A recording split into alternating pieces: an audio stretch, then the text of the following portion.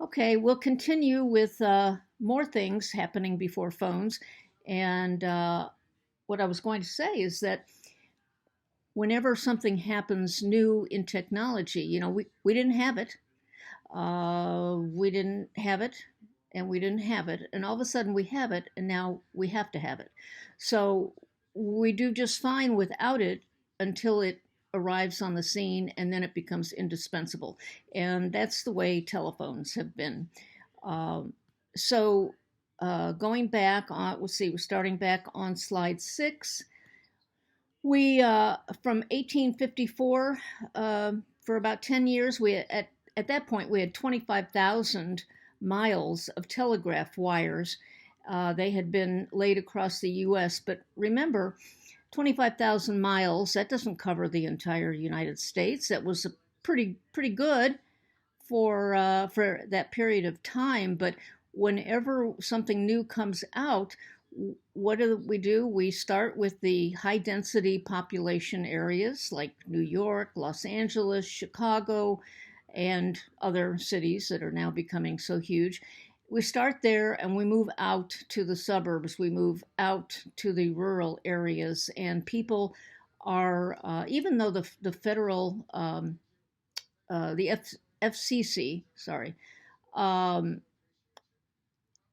started so that everyone in the United States could have equal access to things. We still, to this day, have areas of the country where internet cannot be received, and that's quite striking. And I guess what we're doing is that until a neighborhood grows up or pops up in an area, then nothing is going to be done in that area, and that makes sense.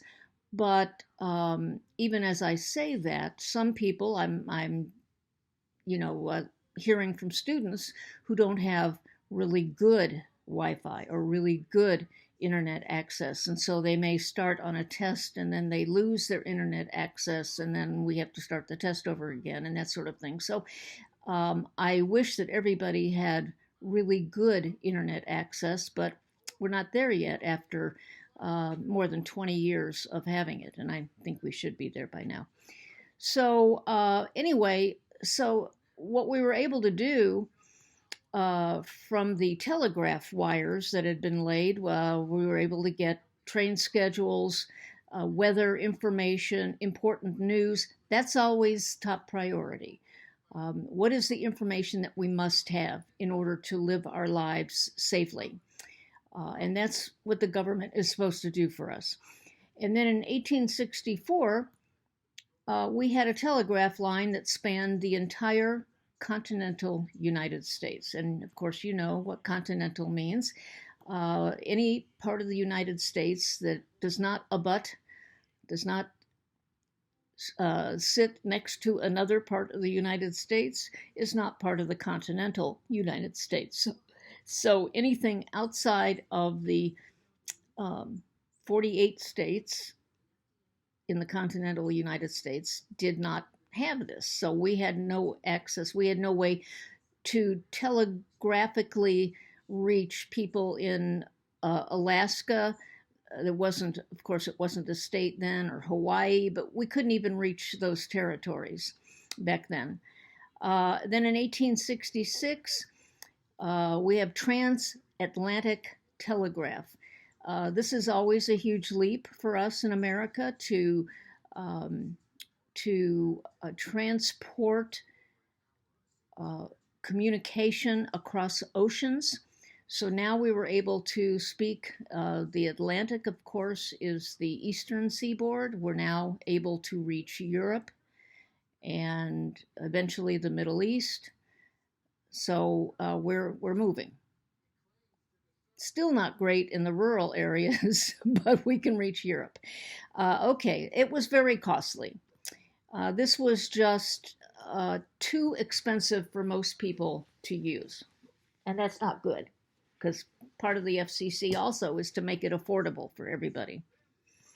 So then we move on to slide 7, and we ask the question, who invented the phone? And here are some of the contributions. In 1861, a man by the name of Johann Rees, a German physics teacher, completed an almost working version of a telephone. 1861, this is in Germany.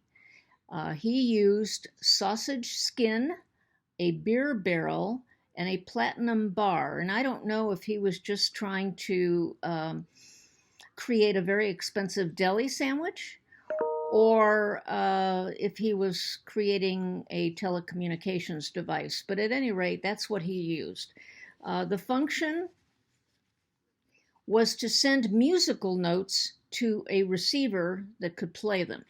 So he felt the most important thing, or perhaps the easiest thing to try to do first, would be to send musical notes.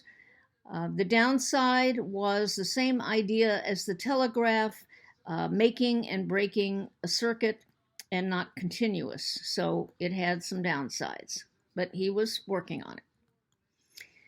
Then in 1871, we have a man by the name of Antonio Meucci, an Italian immigrant living in New York. He filed a caveat. Remember, that's an announcement of an invention. Filed it with the patent office. And he called it a talking telegraph. However, due to financial hardships, he is unable to pay for a full patent when the caveat is due 3 months later. He had a working prototype, and by the way, he was very much considered a father of the telephone. He was honored in 2002 by Congress as having been one of the fathers of the telephone. Then on February 14th, Valentine's Day, in 1876, in Boston, Massachusetts, we have a man by the name of Elisha Gray. This was an interesting day. Or his lawyer, we don't know for sure, filed a caveat for an invention described as the art of transmitting vocal sounds or conversations telegraphically through an electric circuit. Now, he filed that thinking, okay, I'll come back later. I'll bring the money. I don't have the money yet, so I'll place a hold on this patent. So at 11:30 a.m., Alexander Graham Bell's lawyer files and pays for a patent described as improvements in telegraphy. Nobody had the name yet, telephone. And of course, if your invention is too much like somebody else's, you're not going to get a new patent on it. It has to be significantly different from somebody else's patent. So this is 2 hours after Elisha Gray, but Alexander Graham Bell, lucky guy, had the money in his pocket.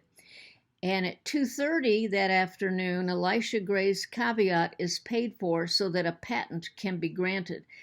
Now, remember, Elisha Gray calls his something very different from Alexander Graham Bell's, and they were different in structure as well. So moving right along, we want to discuss more of this, who invented the telephone. We have a picture here on slide 10 of Alexander Graham Bell and then Elisha Gray. And I will continue there.